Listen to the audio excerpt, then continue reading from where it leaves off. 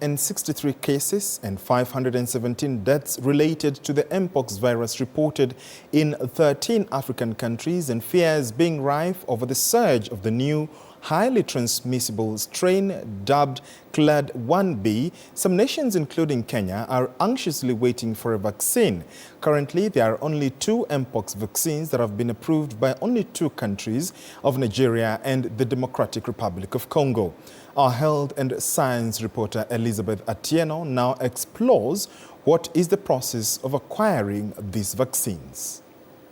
On the 7th of August, the World Health Organization issued an invitation for manufacturers of Mpox vaccines to submit an expression of interest for emergency use listing, EUL, a move prompted by the worrying trends in the spread of Mpox virus.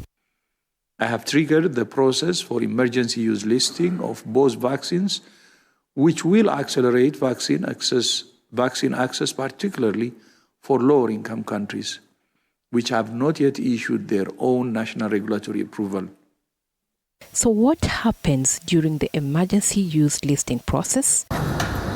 First, the vaccine manufacturers and applicants are required to submit applications for evaluation. Thereafter, the team from World Health Organization will review and assess the applications within a month to see whether the vaccines are safe, effective, of assured quality, and suitable for the target populations. Finally, the technical advisory group shall then be convened to make the necessary recommendations, which are time-limited and based on a risk-benefit approach. Should that recommendation of the vaccine be positive, WHO is ready to share the assessment reports with member states to facilitate their authorization and acceptance in 2 countries so that then they can be available for use.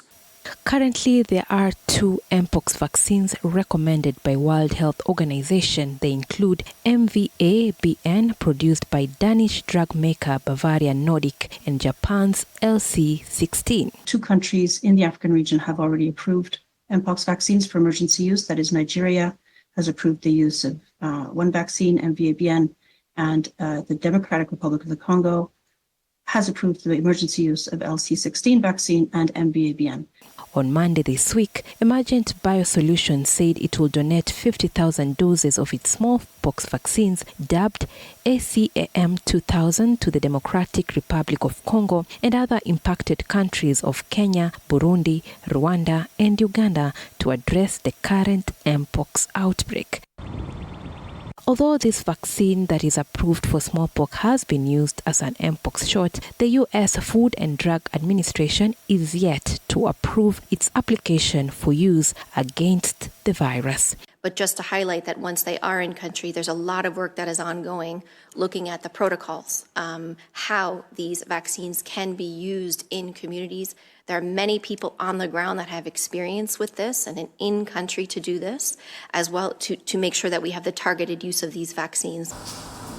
The Nordic vaccine has proven to be safer, and Kenya is expecting 2 million doses of this particular vaccine, with high-risk areas being of topmost priority. Africa as a continent, we require 10 million doses of vaccines. We are assured by the Nordic manufacturer of the vaccine that by the end of the year we can be able to have about 2 million doses. Bavarian Nordic is working with Africa CDC to ensure that Africans can have access to vaccine. And the 10 million doses we are talking is not a dream. We have a clear plan by end of 2025 to have these 10 million doses in Africa. Important to note that Kenya requires the vaccine manufacturers to register with the Pharmacy and Poisons Board, but in this case, the approval will be expedited as it is for emergency use, as was the case during the COVID pandemic.